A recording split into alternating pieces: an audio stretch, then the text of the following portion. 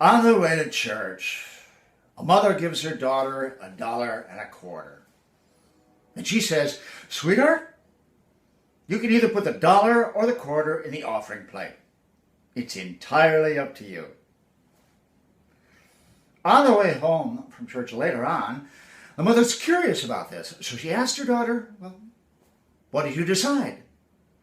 "Well," the daughter replies, "I thought at first about giving the dollar, but the preacher said God loves a cheerful giver. So I thought it would be a lot more cheerful if I gave the quarter instead."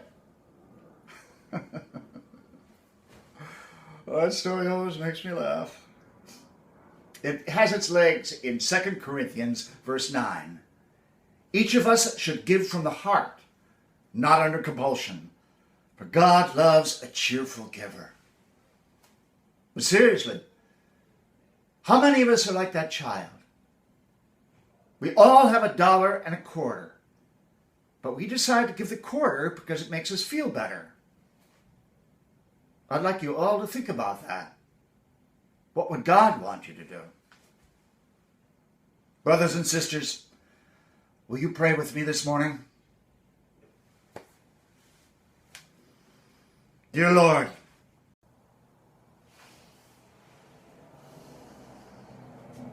good morning, everyone. I can't tell you how wonderful it is to be standing here before you again after so long. And I have to admit it's a bit sad too, as I know this will be the last time. As many of you know, my parents passed away recently, so I came home and I discovered it's not home anymore.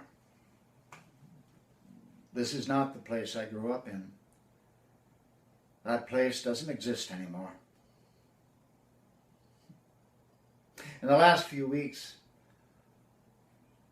I've learned a tremendous amount about God and myself.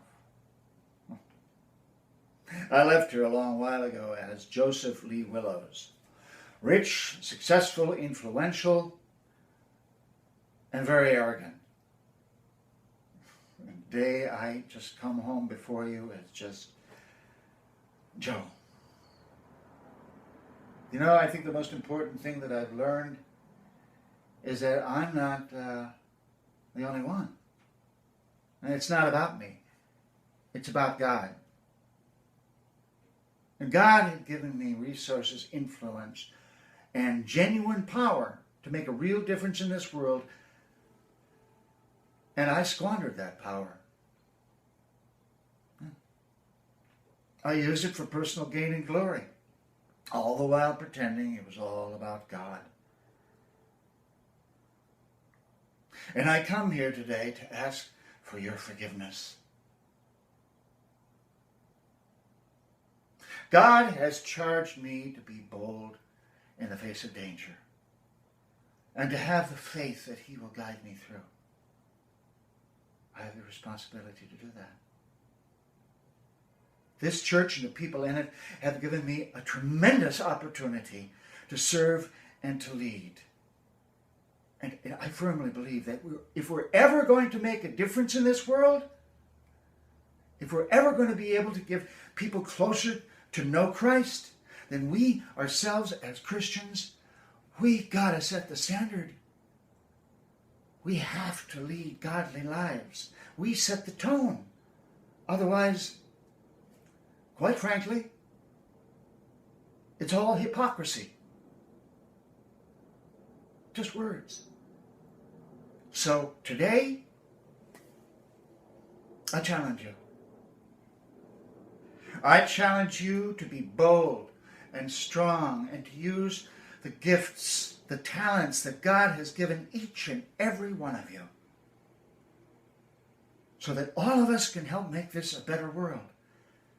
That is our Christian responsibility. And that, my friends, is our joy. Please pray with me.